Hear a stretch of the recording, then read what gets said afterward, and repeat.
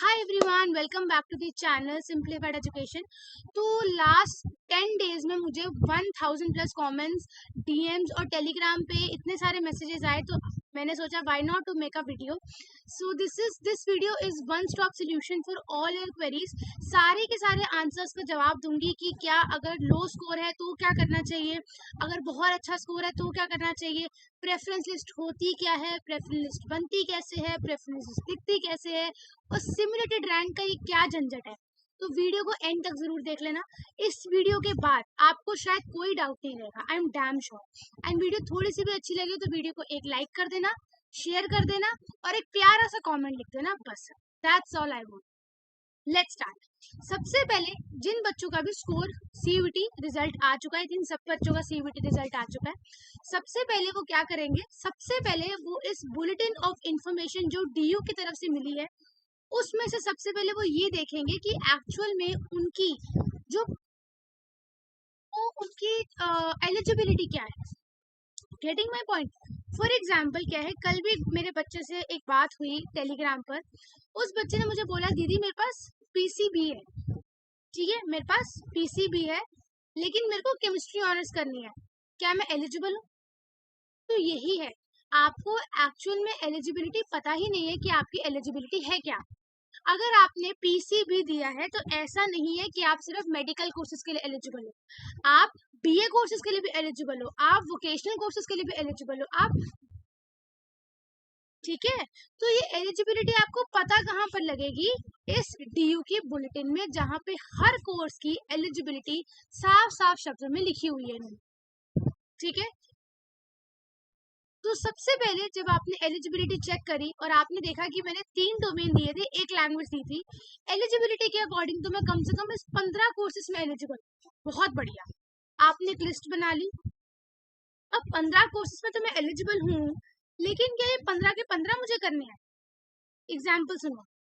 For example किसी बच्चे ने पास पीसीबी थी, उसने कहा मैं zoology, botany, biomedical, biochemistry, biological science, anthropology, इन सब में एलिजिबल हूँ, लेकिन मुझे बॉटनी तो बिल्कुल नहीं पसंद है, मुझे बॉटनी नहीं करनी। आपने बॉटनी हटा दी, तो उस लिस्ट में जिसमें आपकी एलिजिबिलिटी है, उस लिस्ट से आप अपने लिए कोर्सेज फिल्टर आउट करोगे कि एक्चुअल में मुझे कौन से कोर्स करने हैं।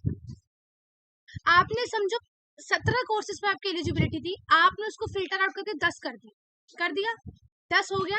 अब आप कहे कि ये 10 कोर्सेज बढ़िया, ये मैं कर सकता हूँ। दूसरा काम क्या आएगा, उसको अपनी लाइकिंग वाइज अरेंज करना कि पहले कौन सा रखना चाहिए, सेकंड में कौन सा रखना चाहिए, थर्ड में कौन सा रखना चाहिए, ऐसे करके वो 10 कोर्सेज को अपनी लाइकिंग वाइज रखे। लाइकिंग वाइज रखने के बाद उस हर एक कोर्स के जितने भी कॉलेजेस हैं उनको आपने रैंकिंग वाइज रख देना है, इसी को प्रेफरेंस शीट कहते हैं। Getting my point. आपने कहा 4 प्रेफरेंसेस हैं, chemistry honours, physics honours, maths honours, stats honours. इसको आपने अरेंज कर दिया एक लाइकिंग वाइज में कि पहले फिजिक्स पसंद है, फिर केमिस्ट्री सेकंड चॉइस है, फिर मैथमेटिक्स थर्ड चॉइस है, फिर स्टैट्स हमारी फोर्थ चॉइस है। आपने क्या करना है, फिर प्रेफरेंस लिस्ट लेनी है, वहां पे ये प्रेफरेंस मैंने प्रोवाइड कराई है, इसमें से आपने कॉलेजेस देखने हैं कि अच्छा ये कॉलेजेस की रैंकिंग है, ओके। सो सेंट स्टीफन, एक सेकेंड, हाँ, तो जैसे आपने ये देखा कि सेंट स्टीफन सबसे पहले है, फिर हिंदू है, अच्छा ये कॉलेजेस की रैंकिंग है, ठीक है ठीक है। तो मैं इस कोर्स को इस रैंकिंग वाइज लगाऊंगा, इसी को माय डियर प्रेफरेंस लिस्ट के। अपने पसंदीदा कोर्स को उनकी कॉलेजेस की रैंकिंग के अकॉर्डिंग लगाने को ही प्रेफरेंस लिस्ट कहा जाता है। डीयू आपसे प्रेफरेंस लिस्ट मांगता है कि एक्चुअल में आपकी कितनी लाइकिंग है और किस रेंज में है, मतलब सबसे पहले कौन सा पसंद है, फिर उसके बाद कौन सा पसंद है, फिर उसके बाद कौन सा पसंद है।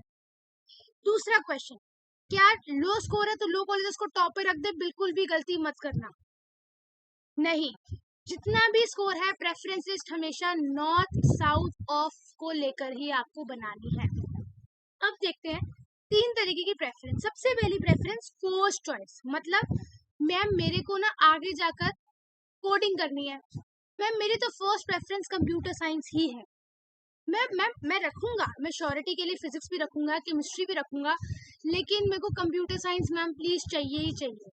मैंने उससे पूछा, अच्छा अगर आपको कंप्यूटर साइंस एक ऑफ कैंपस कॉलेज में मिल गया और आपको फिजिक्स ऑनर्स एक साउथ कैंपस कॉलेज में मिल गया, आप क्या करोगे? नहीं मैम, मैं कंप्यूटर साइंस के साथ ऑफ कैंपस चला जाऊँ, मुझे कोर्स करना है, मेरे को कंप्यूटर साइंस ही करना है। तब आपकी प्रेफरेंस पता है कैसे बनेगी? तब आपकी प्रेफरेंस बनेगी कोर्स नंबर 1 कॉलेजेस नॉर्थ से ऑफ, फिर कोर्स नंबर 2 कॉलेजेस नॉर्थ से ऑफ। क्यों? बिकॉज आप प्रायोरिटी किसको दे रहे हो? कोर्स को। सेकेंड हमारा होता है कि आप क्या चाहते हो, मैम मेरे को कोई भी कोर्स चलेगा, मेरे को तो बस सोसाइटीज के लिए, स्पोर्ट्स के लिए, बस मेरे को नॉर्थ कैंपस जाना है, आप मुझे चाहे संस्कृत भी दिलवा दो, मुझे वो भी चल जाएगी। तब आपकी प्रेफरेंस कैसे बनेगी? आप फिर कॉलेजेस को लगाओगे। फॉर एग्जांपल आपने देखा सेंट स्टीफन टॉप का कॉलेज है, 4 कोर्सेज ऑफर करता है जिसमें मेरी एलिजिबिलिटी है, तो सेंट स्टीफन वो 4 कॉलेज। फिर हिंदू कॉलेज 3 ऑफर करता है, हिंदू कॉलेज के वो 3 कोर्सेज। यहाँ पर आपका क्या है? कॉलेज एक है, कोर्सेज मल्टीपल है। पहले आपका कोर्स एक था और colleges multiple. Getting my point? Third, ma'am मुझे कॉलेज और कोर्स दोनों चाहिए, मतलब मेरे को जूलॉजी चाहिए लेकिन मैं जूलॉजी के लिए ऑफ कैंपस तक नहीं जा सकता। मतलब अगर मेरे को जूलॉजी ऑफ कैंपस में और बॉटनी साउथ कैंपस में मिलेगी तो मैं बॉटनी प्रेफर करूंगा, क्योंकि बॉटनी भी ठीक ठाक ही लगती है मेरे को, तो कॉलेज के लिए मैं इतना तो कर ही सकता हूँ। तो आपकी प्रेफरेंस कैसे बनेगी?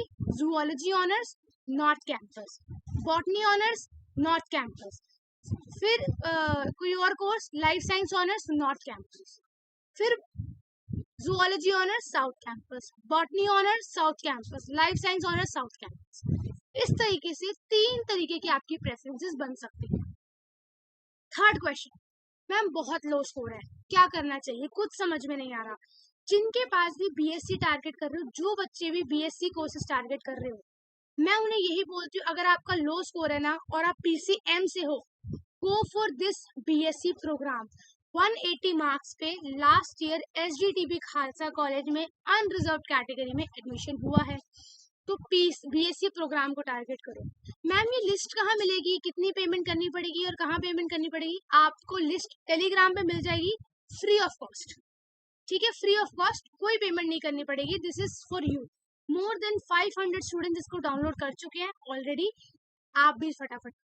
सेकेंड, मैम बीकॉम से हूँ, कॉमर्स से हूँ, बीकॉम ऑनर्स बीकॉम प्रोग्राम करना है, लेकिन मार्क्स 550 तक ही आ रहे हैं, कुछ समझ में नहीं आ रहा क्या करना चाहिए, प्रेफरेंस भी नहीं बन रही है।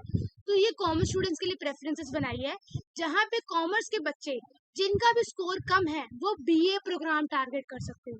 बीए प्रोग्राम कौन कौन से? Economics plus maths, commerce plus maths, ठीक है, human resource management plus economics, सारे के सारे कॉमर्स कॉम्बिनेशन। मैंने इस पीडीएफ में कोई भी आर्ट्स कॉम्बिनेशन नहीं डाला, कोई भी लैंग्वेज नहीं डाली, सारे के सारे प्योर कॉमर्स कॉम्बिनेशन है। थर्ड, मैम आर्ट्स का हूँ, बहुत कम स्कोर आ रहा है, आर्ट्स के लिए आपने ऐसे बीए प्रोग्राम की प्रेफरेंसेस बनाई है? बिल्कुल, आर्ट्स की ये रही, आर्ट्स की बीए प्रोग्राम प्रेफरेंसेस।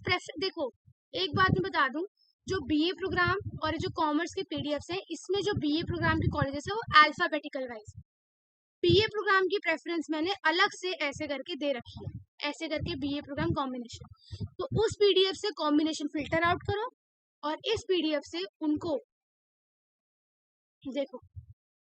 एक सेकेंड जी, ये आपका हो गया कॉमर्स का, कॉमर्स के बीए प्रोग्राम, ये आपके हो गए सारे आर्ट्स के बीए प्रोग्राम, ठीक है, ये आपके हो गए आर्ट्स के बीए प्रोग्राम, दिख रहे हैं आपको स्क्रीन पे। या इन पीडीएफ से कोर्सेज फिल्टर आउट करो और इस कॉम्बिनेशन में आप लगाओ, ठीक है जी।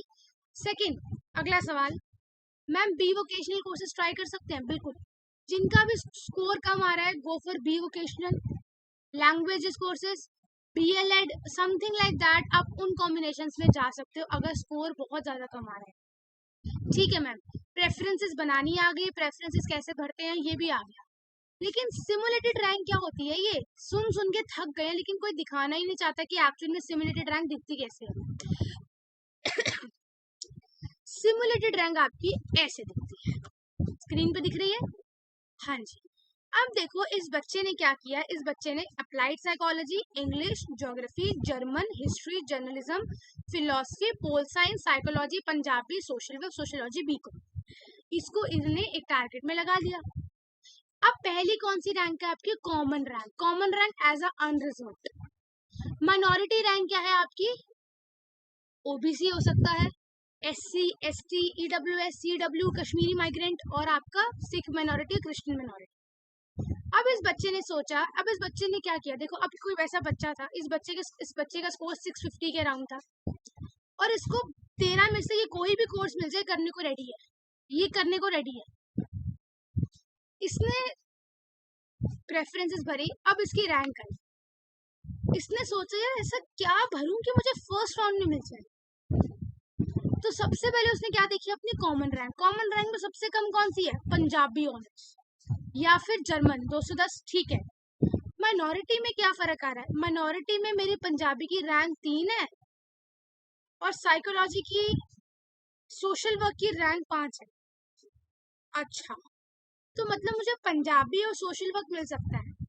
तो उस बच्चे ने क्या किया, सिमुलेटेड रैंक के बाद जब प्रेफरेंसेस एडिटिंग का टाइम आया, उसने बीए पंजाबी ऑनर्स और बीए सोशल वर्क टॉप पे रख दिया। क्यों, क्योंकि सिमुलेटेड रैंक के अकॉर्डिंगली ये कोर्सेज मिलने उसको फर्स्ट राउंड में टॉप कॉलेजेस में पॉसिबल है। अब अगर वो चेंज नहीं करता ऐसा तो दिक्कत हो जाती ना, कि पंजाबी सोशल वर्क उसका नीचे रह जाता। इसीलिए सिमुलेटेड रैंक बहुत इंपॉर्टेंट होती है। आपकी सिमुलेटेड रैंक आपको ये बताएगी कि आप किस कोर्स में आपकी रैंक कितनी है, ठीक है। अब किसी बच्चे को लगता है जूलॉजी में रैंक 50 है, बॉटनी में रैंक 25 है, बॉटनी के चांसेस ज्यादा है, बॉटनी को टॉप पे रखें। ऐसे जितनी भी आप मॉडिफिकेशन करोगे उतनी आपको कॉलेजेस मिलने के चांसेस एंड तक बढ़े, ठीक है। अच्छा, नेक्स्ट डाउट पे चलते हैं। अगला डाउट है कि मैम एक बात बताओ, या दीदी एक बात बताओ, प्रेफरेंसेस भर दी, सिमुलेटेड रैंक भी आ गई, तो क्या जरूरी है कि सबको फर्स्ट राउंड में एलोकेशन होती है? ऐसा नहीं होता, आपको एलोकेशन हो भी सकती है, आपको एलोकेशन नहीं भी हो सकती। इट इज नॉट कंपल्सरी कि आपको फर्स्ट राउंड में एलोकेशन हो जाए। दीदी अगर नहीं होता तो क्या हमें सेकंड राउंड के लिए अप्लाई कैसे करना है, वहां पे ऑप्शन आ जाएगा रीअप्लाई करने का, ठीक है। नेक्स्ट डाउट, दीदी अगर हमको कॉलेज मिल जाते हैं तो क्या हमें फी पेमेंट करके सीट एक्सेप्ट करनी पड़ेगी, अगर हमें पसंद नहीं भी आती तो? Yes, you have to accept that seat, no matter वो सीट आपको पसंद आई है या नहीं आई है। एक्सेप्ट नहीं करोगे, स्टिमुलेटेड टाइम के अंदर सीट ऑटो कैंसल्ड हो जाएगी और आगे के राउंड्स में पार्टिसिपेट नहीं कर पाओगे। तो एक्सेप्ट योर सीट, उसके बाद डिसाइड करो कि फ्रीज करना है कि अपग्रेड करना। फ्रीज और अपग्रेड क्या होता है, व्हाट इज फ्रीज और अपग्रेड?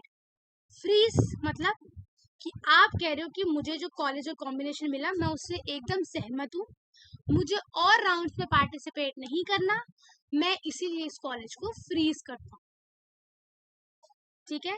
सेकंड, अपग्रेड कब करते हो? अपग्रेड कब करते हो कि दीदी मेरे को तो ये कोर्स और कॉम्बिनेशन पसंद ही नहीं आया, मेरे को नहीं चाहिए, मुझे अपग्रेड करना है, तो अपग्रेड पे बटन दबा दो। अब दीदी एक बात बताओ, अगर अपग्रेड करने के बाद जो कॉलेज मिला वो अगर पसंद नहीं आया तो क्या मैं पिछले वाले कॉलेज में जा सकता हूँ? गलत फहमी है तुम्हारी, नहीं जा सकता। अगर अपग्रेड बटन दबाने के बाद अगले राउंड में तुम्हें कॉलेज मिल गया, पहला वाला कॉलेज ऑटोमेटिकली कैंसिल हो जाएगा, वो सीट चली जाएगी तुम्हारे हाथ से, तुम्हें चॉइस नहीं मिलेगी न्यू और ओल्ड की। इसीलिए अपग्रेड करते टाइम ये जरूर रखना कि अगर मैं अपग्रेड कर रहा हूँ तो कहीं मैं नॉर्थ कैंपस से ऑफ कैंपस तो नहीं चला जाऊंगा। ये कब होता है, जो आपकी प्रेफरेंस में गलती। एक लड़की को रामजस कॉलेज मिला, उसने रामजस के ऊपर इवनिंग कॉलेज रख दिया, अपग्रेड का बटन दबाया और रामजस से पहुंच गई सीधा इवनिंग कॉलेजेस में। और दीदी स्पॉट राउंड क्या होता है, स्पॉट राउंड और नॉर्मल राउंड में क्या डिफरेंस होता है? सिर्फ कट ऑफ का डिफरेंस। स्पॉट राउंड में पहली चीज सिर्फ वो बच्चे एलिजिबल होते हैं जिनके पास कोई भी सीट नहीं होती, इसीलिए उनकी कट ऑफ कम जाती है। स्पॉट राउंड में कट ऑफ कम जाती है, इसीलिए स्पॉट राउंड में जितनी ज्यादा हो सकती है उतनी वो सीट्स खाली करने की कोशिश करती है। लास्ट क्वेश्चन, दीदी 300-200 नंबर बन रहे हैं, जनरल कैटेगरी है, नहीं मिलेगा मुझे पता है, क्या करूं? You should go with BHU में ट्राई करो, इलाहाबाद यूनिवर्सिटी में ट्राई करो, जामिया में ट्राई करो, अपनी जिस स्टेट में रहते हो स्टेट यूनिवर्सिटीज में ट्राई करो, प्राइवेट यूनिवर्सिटीज में ट्राई करो, साथ साथ DU में पार्टिसिपेट करते रहे, ठीक है। And one last good news for all of you कि जनरल कैटेगरी का इस साल कंपटीशन 10,000 बच्चों से कम रहा है, तो जनरल वालों की कट ऑफ थोड़ी सी कम देखी जा सकती है। So that's it for this video. Hope आपको सारे डाउट्स क्लियर हो चुके होंगे, सिमुलेटेड रैंक क्या होती है, कैसे होती है, प्रेफरेंस फिलिंग कैसे करते हैं, सब कुछ। तो ये प्रेफरेंस फिलिंग की सारी PDF फ्री ऑफ कॉस्ट मेरे टेलीग्राम पे जाके डाउनलोड कर लेना। टेलीग्राम पे मैं रोज 5:30 आपकी क्लास लेती हूँ, जहाँ पे आप अपना माइक ऑन करके मुझसे क्वेश्चन पूछ सकते हैं कि दीदी क्या होगा, ठीक है। थर्ड, बहुत सारे बच्चों की मैं इंडिविजुअली प्रेफरेंसेस बनाने में हेल्प कर रही हूँ, उसके लिए आपको टेलीग्राम ज्वाइन करना पड़ेगा। एंड चौथा, all the very best, last तक हम आपके साथ हैं, हिम्मत बिल्कुल भी मत हारना, ठीक है। And all the very best and yes, take care everybody. Channel को ऊपर सब्सक्राइब कर देना, ठीक है, वीडियो को लाइक कर देना, और कमेंट सेक्शन में ना सिर्फ एक वर्ड लिख देना जो इस चैनल को डिफाइन करता हो। So thank you so much, lots of love, take care, bye bye.